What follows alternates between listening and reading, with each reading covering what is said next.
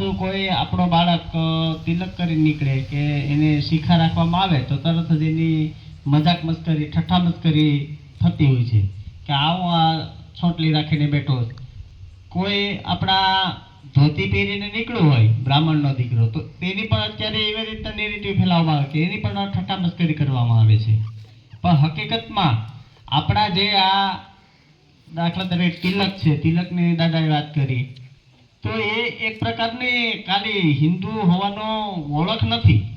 આપણા ઋષિકાળથી ઋષિ મુનિઓએ આ જે તિલક શીખા તો એક પ્રકારની સકારાત્મક ઉર્જાનો સંચાર તિલક શેનાથી કરવામાં આવે? કુમકુમથી કરવામાં આવે. તો કુમકુમની પ્રકૃતિ શાંત છે અને તિલક જ્યાં આપણે કરવામાં આવે ત્યાં આપણું પ્રાણ તત્વ રહેલું છે કપાળ ઉપર. તો રોજ કુમકુમ કે ચંદનથી તિલક કરવામાં આવે તો પ્રાણ તત્વને ઠંડક મળે છે. તો શિખા દ્વારા પણ શિખા જ્યારે આપણે રાખવામાં આવે તો શિખા અત્યારે કોઈ રાખતું જ નથી.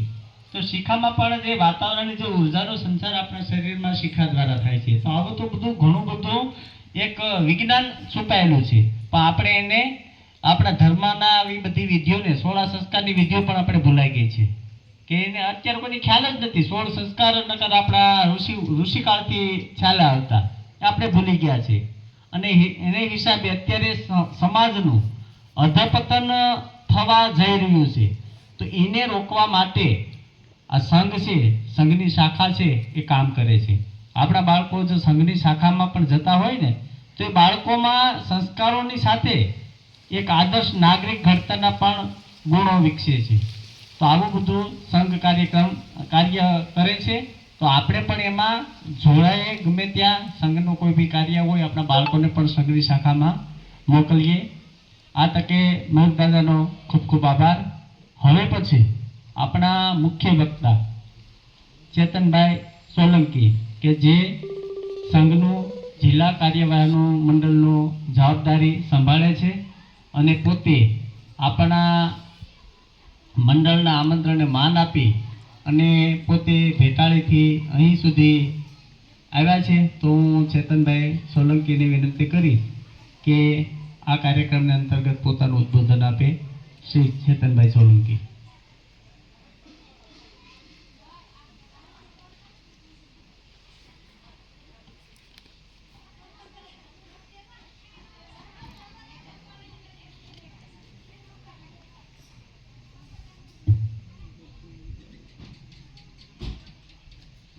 સૌપ્રથમ આપણે જે પવિત્ર જગ્યા ઉપર આપણે સૌ ઉપસ્થિત થયા છે એવા આ પવિત્ર એવા મા કનકાઈ માતાના સાનિધ્યમાં હું એમને વંદન કરું છું. અહીંયા મંચ ઉપર ઉપસ્થિત મહાનુભાવો એમને પણ હું વંદન કરું છું. તથા અહીંયા આ જે સંમેલનનું જેમણે આયોજન કર્યું છે એવું હિન્દુ સંમેલન સમિતિ આલીદર મંડળ, આ સમિતિના તમામ સભ્યો, કાર્યકર્તાઓ તથા અહીંયા ઉપસ્થિત ભાઈઓ, વડીલો, માતા તથા ભગીની, ખૂબ સરસ વાત દાદાએ કરી કે હિન્દુ સમાજ અને હિન્દુ સંસ્કૃતિની અંદર અમુક પ્રકારની જે ખૂટ પડે છે એ બાબતની સરસ મજાની વાતો આપને કીધી છે. અંગ્રેજીની અંદર બે શબ્દો છે. બંને શબ્દ એક જ રીતે બોલાય છે. એક છે એન્ડ એટલે END અને બીજું પણ છે એન્ડ એટલે AND.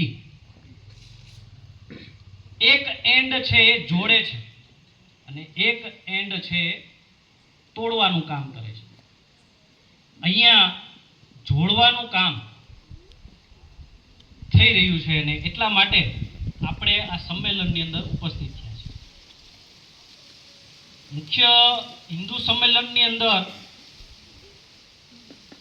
મારે કોઈ એવું ઉપદેશ આપવો કે કોઈ ભાષણ આપવું એ મારા માટે નથી, પણ એવું લાગે છે કે હિન્દુ સંમેલનની અંદર સમાજે કરવાના કાર્યો, સરસ મજાની વાત કરી સાહેબે, દાદાએ પણ સરસ મજાની વાત કરી સંઘ વિશે, પણ ક્યાંક ને ક્યાંક સમાજની પણ જવાબદારી કંઈક આવતી હોય છે.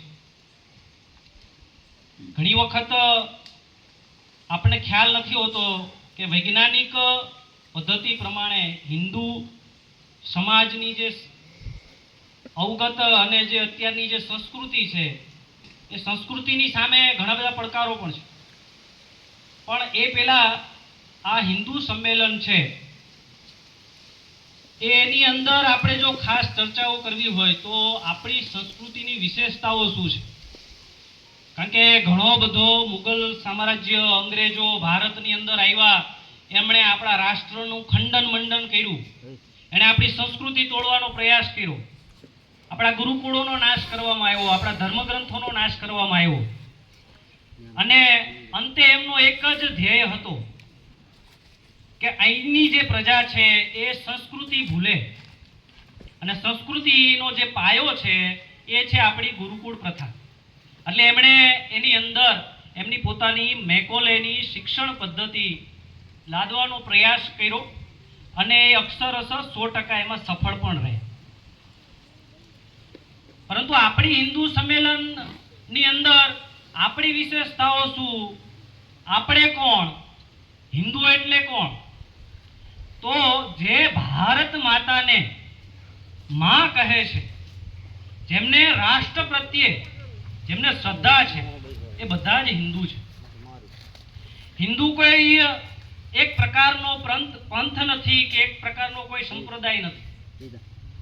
હિન્દુ એ એક સનાતન સંસ્કૃતિ છે કે જે પ્રકૃતિની પૂજા કરે છે, જે સર્વેનું ભલું ઈચ્છે છે, વાસુદેવ કુટુંબકમની જે વ્યાખ્યા લઈને ચાલે છે, અને આમાં માને છે એ બધા જ હિન્દુ છે. વિવિધતાની અંદર પણ એકતા એ આપણા ભારતની અંદર જોવા મળે છે. આપણે બધાને ખબર છે કે ગુજરાત હોય કે પશ્ચિમ બંગાળ હોય કે કાશ્મીર હોય કે કદાચ આપણે નીચે કેરળ સુધી જઈ આવીએ, ત્યાં એક જ સ્થિતિ છે જ્યાં બધાની સ્વીકૃતિ છે, એ છે ગૌ, ગંગા અને ગાયત્રી. આ બધા માને છે. ગણેશજીની પૂજા બધી જગ્યાએ કરવામાં આવે છે, આપણે અહીંયા બી કરવામાં આવે છે. પશ્ચિમ બંગાળની અંદર કદાચ એમનો ભાષા, એમની કદાચ પદ્ધતિ અલગ હશે, પણ એ પણ ગણેશ પૂજા કરે છે. એટલે વિવિધતાઓની અંદર પણ એકતા છે, એ આપણો આ ભારત દેશ છે, અને એમાં જે આપણી સંસ્કૃતિ છે એ આપણી હિન્દુ સંસ્કૃતિ છે.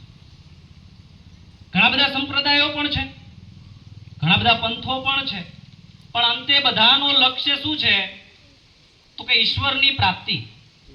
આને કોઈ નકારી નહીં શકે. તમામ સંપ્રદાયોનો એક જ હેતુ છે કે આપણે ભગવાન તરફ ગતિ કરીએ. સાથે સાથે વૈજ્ઞાનિક દ્રષ્ટિકોણથી પણ આપણે જ્યારે વાત કરીએ, અત્યારે ચૈત્ર માસ ચાલે છે, આપણે સૌને ખબર છે કે અત્યારે ચૈત્ર માસની અંદર જો લીમડાના પાન અને ફૂલ ખાવામાં આવે, અથવા તો એનો કૂટીને એનો રસ પીવામાં આવે, તો આખું વર્ષ આપણું આરોગ્ય છે એ સારું રહે. તો એની પાછળનું વૈજ્ઞાનિક છે કે અત્યારે ચૈત્ર માસની અંદર જે લીમડો હોય છે એની અંદર અમૃત તત્વ હોય છે, અને એ અમૃત તત્વ છે એ આપણે એનું ગ્રહણ કરીએ તો એ અમૃત પીવાથી શું થાય? તો કે સારું આયુષ્ય મળે. એટલા માટે આપણી સંસ્કૃતિ છે એ વૈજ્ઞાનિક દ્રષ્ટિકોણથી પણ ખૂબ સારી રીતે વલોવાયેલી છે. સાથે આપણા ઉત્સવોની વાત કરીએ, શિવરાત્રી હોય, નવરાત્રી હોય, તો આ બધા જ જે તહેવારો છે એની પાછળનું પણ વૈજ્ઞાનિક કારણો છે. હમણાં જ આપણે ખ્યાલ છે કે હમણાં જ હોળી ગઈ, હોળીની અંદર આપણે હોલિકાના દર્શન કરવા જઈએ, આપણે 4 ફેરા ફરીએ એના, તો એની પાછળનું પણ વૈજ્ઞાનિક કારણ છે. આપણે ખજૂર દાળિયા ખાઈએ એનું પણ વૈજ્ઞાનિક કારણ છે. એ શું છે તો કે આપણે જ્યારે શિયાળાના 4 મહિનાની અંદર જે શરીરની અંદર કફ જામેલો છે એ કફને ઓગાળવા માટે જ્યારે આવા સૂકા પદાર્થો ખાવામાં આવે તો કફના જે રોગ છે એમાં આપને ખૂબ સારો ઓલાપ થતો હોય છે, અથવા તો કફ કાઢવા માટે ફળદાયી રહેતા હોય છે. જ્યારે તમે પ્રદક્ષિણા કરતા હોય છે ત્યારે તમારા ફેફસાની અંદર સરસ મજાની ગરમી મળે છે અને તરત જ બીજા દિવસે આપણે રંગ ઉડાડીએ છીએ. એનાથી આપણે શરીરની અંદર અલગ અલગ પ્રકારના રંગ ઉડાડીએ, પાણીથી આખા આપણે જ્યારે આપણું શરીર થઈ જતું હોય છે ત્યારે શરીરની અંદર જે પણ પ્રકારનો મેલ છે એટલે જે કચરો છે એ બધા જ બહાર નીકળે છે. આ એક તહેવારની વાત છે. આપણા દરેક ઉત્સવોનું એક વૈજ્ઞાનિક કારણ છે. ખાલી ભેગું થવું, ઉત્સવો કરવા અને એ કોઈ કહી શકાય એવું મનોરંજનનું કોઈ માધ્યમ છે જ નહીં. હિન્દુ સંમેલનની અંદર કે હિન્દુ સમાજની અંદર આપણે અહીંયા પણ જે ભેગા થયા છીએ એનો પણ એક મુખ્ય હેતુ છે. હેતુ વગરના જે પણ કામો છે એ બધા જ નકામા છે. આપણે જે પણ મંત્રનો જાપ કરીએ છીએ એ જો મંત્રનું પણ આપણને ખબર નથી કે એનું શું ફળ પ્રાપ્તિ થવાનું છે તો એનો પણ કોઈ અર્થ નથી. એમ આપણે જ્યારે પણ આવા ઉત્સવો કરીએ છીએ, કદાચ આપણને ખબર નથી પણ આપણે કરીએ છીએ, આવા ઉત્સવોની અંદર નવરાત્રિની અંદર આપણે જતા હોઈએ છીએ ત્યારે એ આરાધના, આપણે માની આરાધના કરીએ છીએ, પણ ક્યાંક ને ક્યાંક એનું ચિત્ર બદલ્યું છે. નવરાત્રિનું ચિત્ર બદલ્યું છે. આ પ્રકારની જે વાત છે એ કેનારી જે સંસ્થા હતી એ આપણી ગુરુકુળ પ્રથા હતી, જે હવે શાળાઓની અંદર આ પ્રકારના વિચારો છે ત્યાં આપવામાં આવતા નથી. આપણે એક કહેવત છે કે મોળો મોગરીને દહીં બપોર પછી નહીં, બરાબર? તો આની પાછળ પણ વૈજ્ઞાનિક કારણ છે કે બપોર પછી આ પ્રકારનું ભોજન કરીએ તો આપણના શરીરની અંદર અમુક પ્રકારના રોગ છે આવતા હોય છે. ભોજન અંતે વિષમ વારી, ભોજનના અંતે જો આપણે પાણી પીએ તો આપણા ભારતની અંદર છે, બીજા કોઈ દેશની અંદર નથી. અને એની પાછળ વૈજ્ઞાનિક કારણો પણ છે. જેમ કે તમે ભીંડાનું શાક બનાવો અને એમાં તમે અજમાનો જ્યારે વઘાર નાખો તો એમનો જે ટેસ્ટ હોય છે અથવા તો એમનો જે વાયુ છે એ ધીમો પડે. એટલે એને કારણે આપણા શરીરની અંદર ભીંડાનો જે પ્રકોપ છે એ નથી થતો. તો આવી આપણી જે સંસ્કૃતિ છે એ એટલી બધી વિશેષતાઓ વાળી હોવા છતાં અમુક પ્રકારના સંકુચિત મનોવૃત્તિવાળા લોકો દ્વારા હિન્દુ સમાજને ક્યાંક ને ક્યાંક પછાડવાનો પ્રયત્ન, ક્યાંક ને ક્યાંક આપણને બીજા રસ્તે ચડાવવા માટેનો એક ચીલો ચાતરવામાં આવ્યો છે.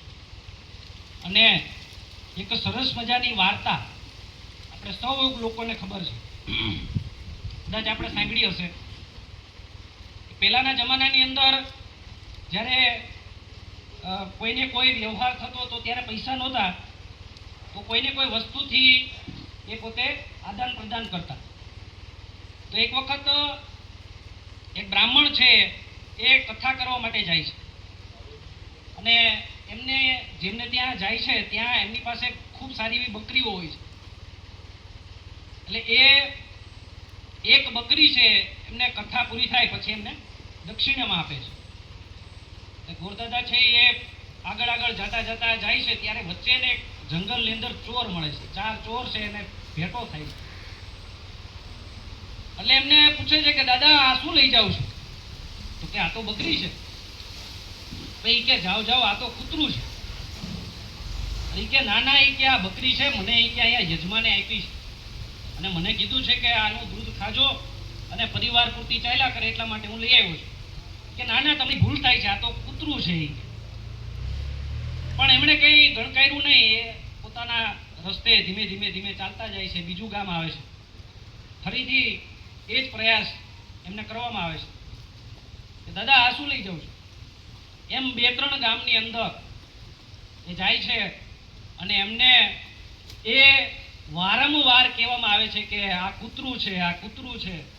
અંતે 4 ગામ પૂરું થયા પછી ગોરદાદા પણ જોઈ છે કે ખરેખર આ કૂતરું હશે અને એ આ બકરીને મૂકી દે છે. અને પેલા ચોર છે એ બકરી લઈને જતા રહે. આ જ પદ્ધતિ પ્રમાણે મુગલો અને અંગ્રેજો આવ્યા. એમણે કીધું કે આ હિન્દુ સમાજ, આ હિન્દુ પ્રણાલી, આ બધી અંધશ્રદ્ધાઓ છે, આ રામાયણ મહાભારત આ બધા પ્રોપગેન્ડા છે, આવું બધું હોય નહીં, આ બધી સત્ય કથાઓ છે નહીં. આવી રીતના આપણા ધર્મ ઉપર ઘણા બધા હાનિઓ થઈ. આપને ખબર છે સોમનાથ મંદિર 18 વખત લૂંટાયું. આવી વારંવાર થતા આક્રમણોને કારણે આપણા જે સમાજની સ્થિતિ છે એ ક્યાંક પેલા કૂતરા જેવી થઈ ગઈ છે કે આપણને ચાંદલો કરવામાં, આપણે આપણી સંસ્કૃતિને, પેલા ટોપી પહેરે છે એમને ટોપી પહેરવામાં વાંધો નથી, એને શુક્રવારે જવામાં વાંધો નથી, આપણને કદાચ મંદિરે જવાનો સમય નહીં હોય પણ એમને શુક્રવારે જવાનો સમય છે. એટલે આ પણ એક કડવું સત્ય છે ને, આપણે સ્વીકારવું રહ્યું. આપણે સંસ્કૃતિની અંદર સર્વે ભવંતુ સુખીનઃ, આપણે બધા જના સુખોની વાત કરીએ છીએ. આપણે આપણી સંસ્કૃતિની અંદર પ્રકૃતિની પૂજા કરીએ છીએ. સૂરજને પણ દાદા કીધા છે, ચાંદાને મામા કીધા છે, બિલાડીને માસી કીધી છે, તુલસીને માં કીધી છે, ગાયને માં કીધી છે. આપણે એની અવારનવાર પૂજા પણ કરીએ છીએ. તો આ જે સંસ્કૃતિ છે તો એ માત્ર એક પરિવાર, 2-3 બાળકો અને આપણો પરિવારનું નિયોજન કરી થોડું ધન કમાવી લઈએ આનાથી પૂરતું નથી. પણ આ પ્રકૃતિ પણ મારી છે, આ ભારત માતા છે, એના માટે પણ મારું કંઈક ઋણ છે. આ જે શીખવાડે છે એ આપણી સંસ્કૃતિ છે. અન્ય સંસ્કૃતિની અંદર ક્યાંય નથી. ભારતની અંદર જ આપણે કહીએ છીએ ભારત માતા. અમેરિકા, રશિયા ક્યાંય એને કોઈ માતા નથી કહેતું. તો એ આપણી સંસ્કૃતિની અંદર આ પ્રકારની વિશેષતાઓ હોવા છતાં આપણે ક્યાંક એમાં ધૂળ ચડી ગયો એવું લાગે. જ્યારે આપણે એક ઘરની અંદર મહિનો દિવસ ના જઈએ તો શું થાય, એના ફર્નિચરો ઉપર ધૂળ ચડી જાય. એમ એવો કાલખંડ આવ્યો કે એ કાલખંડને કારણે આપણે મંદિરો જવાનું ભૂલ્યા, આપણે આપણી સંસ્કૃતિ ભૂલ્યા છે. તો આ થોડીક ધૂળ ખંખેરવાની થોડીક આવશ્યકતા લાગે છે. આપણી સરસ મજાની એટલી સંસ્કૃતિ હતી, આ સંસ્કૃતિનું ખંડન કરવામાં આવ્યું ત્યારે એ પ્રકારની અમુક પ્રકારની જે લોકો છે એ આજે પણ એ પ્રકારના પ્રયાસો કરે છે કે આ હિન્દુ સમાજ છે ક્યારે ભેગો ન થાય. એટલા માટે જાતિ જ્ઞાતિના વાડાની અંદર આપણને વેચવામાં આવ્યા છે. જેમ એક હાર છે એની અંદર અલગ અલગ ફૂલ છે, એ આપણે એની પુરવણી કરતા હોઈએ છીએ ત્યારે એ હાર બને છે. એ જે દોરો છે ને એ હિન્દુ છે અને જે પેલા ફૂલ છે ને એ બધી જ આપણી જ્ઞાતિઓ છે, જાતિઓ છે. આપણું આ શરીર છે એ પંચમહાભૂતોમાંથી બનેલું છે. એ પછી કોઈ પણ જ્ઞાતિનો હોય તો એની અંદર ભેદ ન હોઈ શકે. આપણે પણ ધ્યાનમાં છે કે આ માઇક છે એ કેને લીધે ચાલે છે, આ લાઇટ છે એ કેને લીધે ચાલે છે. તો એક ઉર્જા જેને આપણે કહીએ છીએ લાઇટ, ઇલેક્ટ્રિસિટી, તો આ ઇલેક્ટ્રિસિટીને લીધે આપણો પંખો ફરે છે, લાઇટ ચાલે છે. કદાચ એનું કાર્ય અલગ હશે, સ્વરૂપ અલગ હશે, પણ એની અંદર રહેલી લાઇટ છે, ઇલેક્ટ્રિસિટી છે. તો અહીંયા આપણે પણ ઉપસ્થિત થયા છીએ, ક્યાંક કોઈને કોઈ જ્ઞાતિના હશે, પણ આપણી અંદર વિદ્યમાન છે એ આપણો ઈશ્વર છે, બધાનો એક છે. આ જાતિના વાડાની અંદર જ્યારે અંગ્રેજો આવ્યા ત્યારે એમણે આ પ્રકારના ભાગલાઓ પાડવાનું એને શરૂઆત કરી અને એને કારણે જ આપણો દેશ છે એ અખંડ ભારત ના રહી શક્યો. આપણે પણ ધ્યાનમાં છે કે આપણાથી પાકિસ્તાન અલગ પડ્યું, બાંગ્લાદેશ અલગ પડ્યું. તો ખાસ અમુક પ્રકારના પ્રયાસોને કારણે આ પ્રકારનું કહી શકાય એવું ખંડિત ભારત આપણને આઝાદી પછી મળ્યું. આઝાદ થયા પછી પણ આપણે આઝાદ છીએ કે નહીં એ પણ વિચારવાની જરૂર છે. અત્યારની આપણી જે સ્થિતિ છે એ આપણે જોઈએ તો કે પરિવારની અંદર, સમાજની અંદર છૂટાછેડાના પ્રશ્નો ખૂબ બને છે. દાદાએ કીધું એમ વ્યસનોની ખૂબ લાંબી હાર મેળાઓ ચાલે છે. આજનો યુવાન છે ચિંતાગ્રસ્ત થઈ રહ્યો છે. આજનો વિદ્યાર્થી છે 11મું 10મા 12માની પરીક્ષાની અંદર જો નાના મોટું પરિણામ આવે તો આત્મહત્યા તરફ પણ વળી જાય છે. આ બધાનું એક જ મુખ્ય કારણ છે કે આપણે ક્યાંક ને ક્યાંક આપણી સંસ્કૃતિ ભૂલ્યા છે. પેલા તો એવી કેવી સંસ્કૃતિ હતી કે રામ ભગવાનને જ્યારે પોતે રાજ્યાભિષેક કરવાનો હતો, એ પોતે મોટા દીકરા હતા એટલે એમને રાજપાટ એમના ભાગે હતો. પણ જ્યારે એમના પિતાજીએ આજ્ઞા આપી કે તમારે વનમાં જવાનું છે, એક પણ પ્રશ્ન પૂછ્યા વગર સવારમાંથી જ એ પોતે નીકળી પડ્યા. એ એકલા નહીં, પણ એમની સાથે માં સીતા પણ એમની સાથે રહી. એમની સાથે એમના નાના ભાઈ લક્ષ્મણજી પણ એમની સાથે રહી. આ આપણી સંસ્કૃતિ હતી. અને અત્યારે આપણને ધ્યાનમાં છે કે મારી દીકરી ને હું તમારે ત્યાં સગાઈ અથવા સંબંધે એ માટે ત્યારે અમુક પ્રકારની શરતો કે છાણ વાહિંદા નહીં કરે, ખેતીની અંદર નહીં જાય, આ પ્રકારના નાના દુઃખો, જાણે એને આપણે દુઃખ સમજીએ છીએ, ખરેખર એ આપણી સમૃદ્ધિ છે. અત્યારની સ્થિતિ સ્ત્રીઓની અંદર, બહેનોને ખાસ કરીને ક્યાંક ને ક્યાંક ઊંધા રસ્તે ચડાવવાની એક પ્રકારની એક પ્રોપગેન્ડા અથવા તો વિમર્શો ચલાવવામાં આવે છે. ભારતની સ્ત્રી છે એ એકદમ અબળા છે,